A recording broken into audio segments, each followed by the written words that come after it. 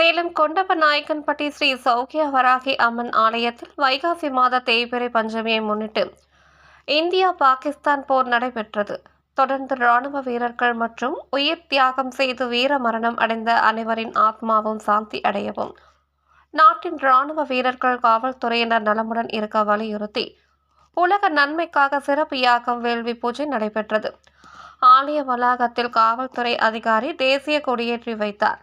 தேசிய கொடிக்கு அனைவரும் மரியாதை செலுத்தியதும் காவல்துறையினருக்கு சால்வை அணிவித்து அர்ச்சகர் மரியாதை செலுத்தினர். ஹோமம் வளர்க்கப்பட்டது.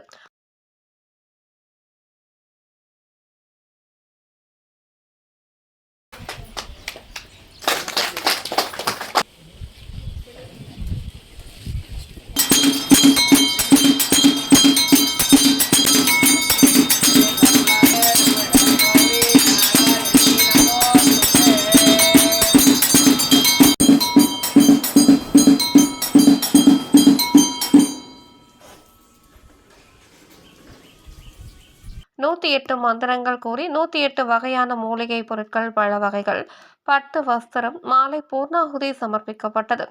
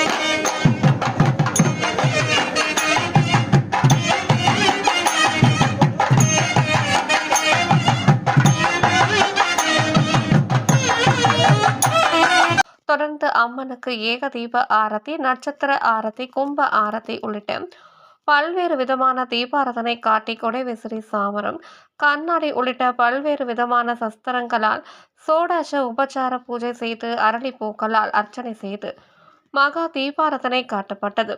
ஏராளமான பக்தர்கள் கலந்து கொண்டு தரிசனம் செய்தனர். கலந்து கொண்ட பக்தர்களுக்கு விபூதி குங்கும பிரசாதத்துடன் அன்னதானம் வழங்கப்பட்டது. இந்நிகழ்ச்சி ஏற்பாடுகளை ஸ்ரீ சௌக்கிய வராகி அம்மன் திருப்பீட நிர்வாகி குருஜி சதீஷ் சிறப்பாக செய்திருந்தார்.